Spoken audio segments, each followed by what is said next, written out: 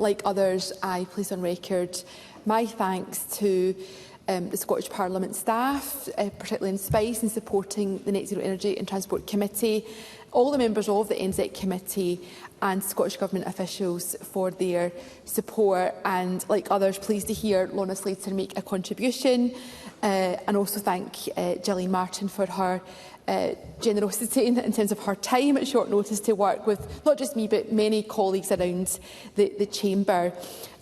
Scottish Labour does believe that the bill, as amended, is stronger and better than how it started, but that is testament to the cross-party working right across the Chamber.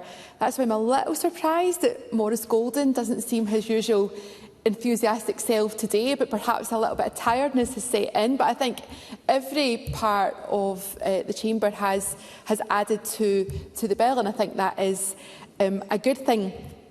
At every stage of the bill, Scottish Labour has made sure that innocent householders are not criminalised for the actions of others or for making a simple mistake in terms of the wrong thing ending up in the wrong bin. And I think that's important.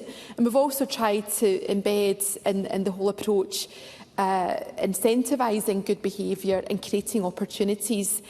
And in closing the debate for Scottish Labour today, I just want to take a moment to reflect on the contributions of my own amendments and my colleague Sarah Boyack's.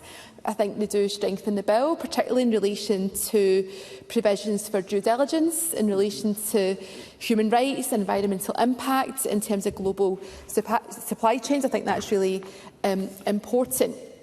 And our approach will also ensure that the secondary legislation to come will be strengthened on reducing carbon emissions and exempting food from the previous provisions relating to unsold consumer goods. And I'd like to thank the Government for working constructively with us.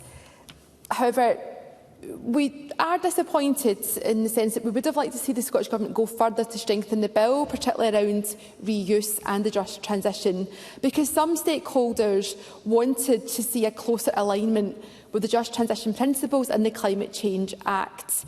Our amendments would have helped with that, but again, we will continue to work with the Scottish Government to do more. And I am pleased that the Scottish Government has committed to take forward work in relation to improving access to reusable nappies. We'll see that in the route map and hopefully in the co-design process with local authorities. And I hope the Cabinet Secretary, or currently the Minister, will establish a short life working group to work with COSLA and other partners, building on the findings of the James Hutton Institute's report and the work we've seen in North Ayrshire Council. I know that we are very short in time, even though we spent a lot of work on this bill.